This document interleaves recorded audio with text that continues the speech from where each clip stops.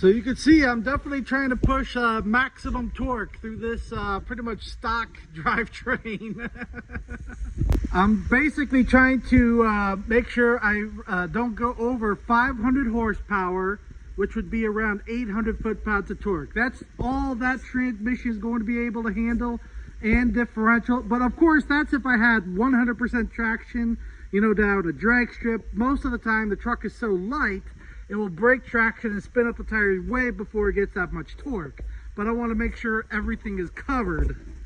And there's also things like motor mounts are not going to handle that much torque, or the stock frame on this half ton. You know, this heavy half ton is only like a quarter of an inch thick frame. That's it. And this frame is already weakened from being bent before in the accident before I got it. So they hit a pole or something right here, like just to the side of these rivets here for the bumper bracket. And it was only just to like the bottom of the headlight. That all got pushed in. The whole frame was pushed in. This frame rail got pushed in a full inch. This one got pushed in a half inch. And both frame rails got pushed to the right a half inch.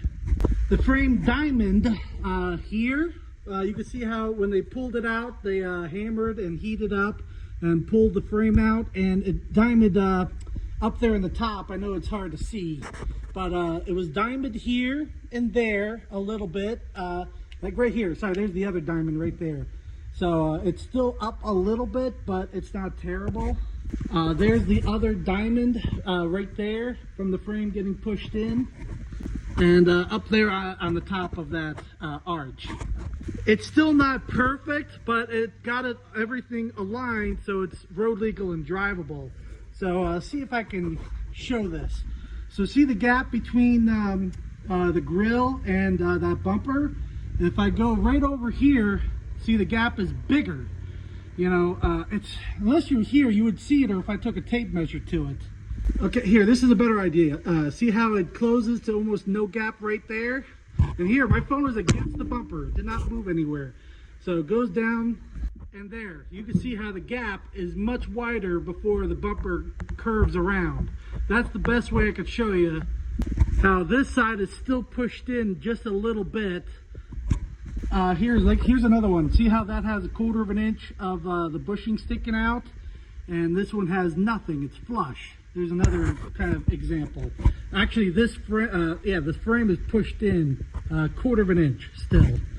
When they got in that accident, they had a load of something in it, but that's why you'll see the whole front of the bed on the inside is curved up against the cab. Whole header board got bent and up against the cab, and actually pushed in the cab quite a bit. Whole cab and body got pushed forward a little bit also. And because the main hit was here on the driver's side, you'll see right here where it got crimpled in. So because this got pushed in, this got crumpled in from the body, squishing it a little bit right there. So I took a sledgehammer to it and popped this out enough where it's closing the door properly now. But it's man, how can I see this?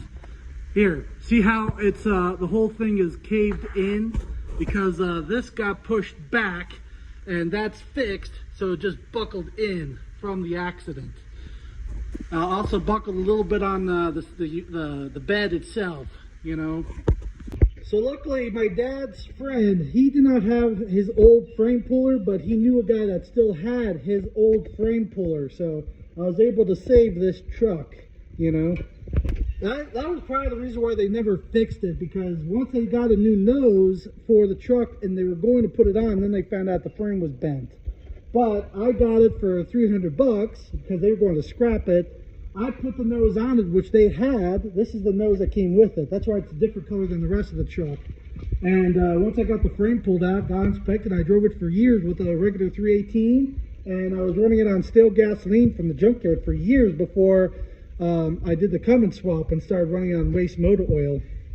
But if that frame was bent anymore, they would not have been able to salvage it. And also, it's good that it's not a box frame either.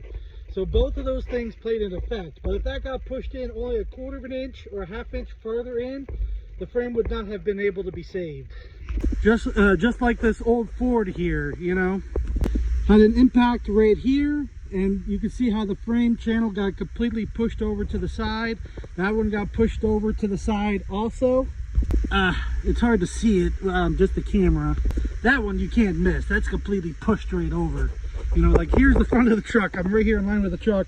And you can see how it's pushed over like a 30-degree angle.